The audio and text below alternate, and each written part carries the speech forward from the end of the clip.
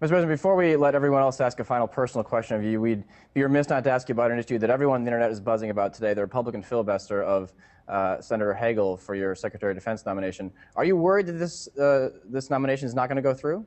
Well, here's what we know. That Chuck Hagel, who, by the way, was a member of the Republican caucus, a colleague of all of these folks, who the Republican leader, Mitch McConnell, and others consistently praised when he was still in the Senate, who has two Purple Stars, two Purple Hearts, was an extraordinary soldier, was the head of the USO, served on the Senate Foreign Relations Committee, and is praised by people like Brent Scowcroft, who was George H.W. Bush's National Security Advisor, and Colin Powell and others, is eminently qualified to be Secretary of Defense. And the notion that we would see an unprecedented filibuster, just about unprecedented. We've never had a Secretary of Defense filibustered before. There's nothing in the Constitution that says that somebody should get 60 votes.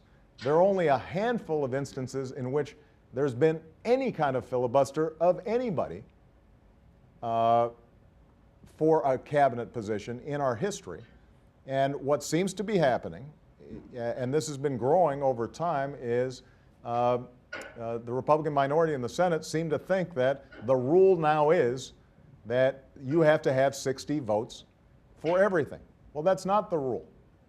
The rule is that you're supposed to have a majority of the 100 senators vote on most bills. The filibuster historically has been used selectively for a handful of issues to extend debate.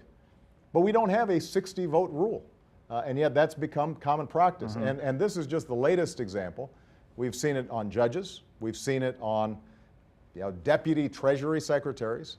And part of what's happening is it's becoming more and more difficult for people to join our government. So my expectation and hope is that Chuck Hagel, who richly deserves to get a vote on the floor of the Senate, will be confirmed as our defense secretary. It's just unfortunate that this kind of politics intrudes at a time when I'm still presiding over a war in Afghanistan, and I need a Secretary of Defense who is coordinating with our allies to make sure that our troops are getting the kind of strategy and mission that they deserve.